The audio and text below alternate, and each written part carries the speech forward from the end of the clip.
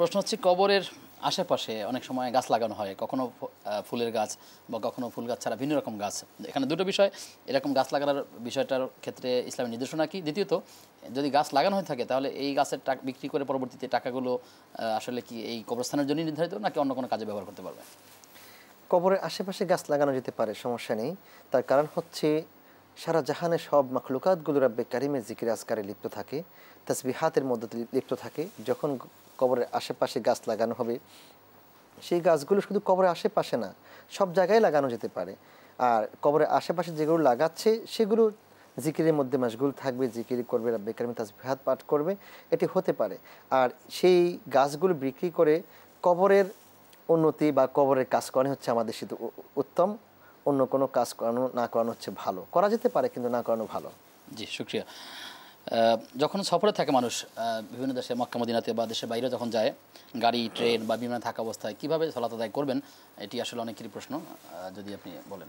একটি হলো মুসাফির, একটা হচ্ছে মুকিম।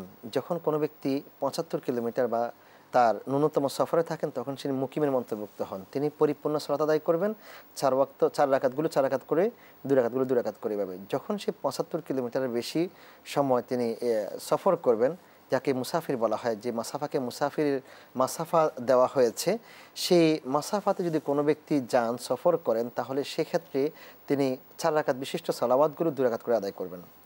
যেমন এশা ২ রাকাত এবং জোহর ২ রাকাত, আসর ২ রাকাত আদায় করবেন। কিন্তু মাগরিবের সালাত ৩ রাকাত আদায় করবেন এবং ফজরের সালাত ২ রাকাত আদায় করবেন। এক্ষেত্রে এখন যখন তিনি ট্রেনে আছেন অথবা প্লেনে আছেন, তার বসার কোনো জায়গা নেই, দাঁড়ানোর কোনো জায়গা নেই, সেক্ষেত্রে তিনি কিভাবে নামাজ আদায় করবেন? বা তিনি প্লেনে আছেন, প্লেনে এখন কোন দিকে ফিরে সালাত আদায় করবেন? তিনি কাবার তিনি জিহাদ আনছেন না, কাবার ঠিক করতে পারছেন না। সেক্ষেত্রে আমি বলবো, আধুনিক যুগ, প্রথমত আমরা জিজ্ঞাসা করে নিতে পারি বিমানবালাদেরকে, যারা ক্রুয়ে ছিলেন তাদেরকে, ক্রুদেরকে জিজ্ঞাসা করে বলতে পারে যে কোন দিকে কাবা, তাহলে আমরা সেদিকে ফিরে আমি চেষ্টা করবো দাঁড়িয়ে নামাজ পড়ার জন্য। যদি দাঁড়িয়ে পড়তে না পারি তাহলে আমার সিটের মধ্যেই সেদিকে ফিরে সালাত আদায় করার চেষ্টা করবো। যদি কোনোভাবে সক্ষম না হই তাহলে আমরা যেখানে রয়েছি, যেভাবে রয়েছি সেখানেই আমরা নামাজ আদায় করবো। আইনামা তুয়াল্লু ফাসাম্মা ওয়াজহুল্লাহ, আমি যেদিকে ফিরে সালাত আদায় করবো আল্লাহ রাব্বুল আলামিন আমার সালাতকে কবুল করবেন ইনশাআল্লাহ। কাজেই এটার জন্য কাবা নির্ধারণ হওয়ার প্রয়োজন নেই।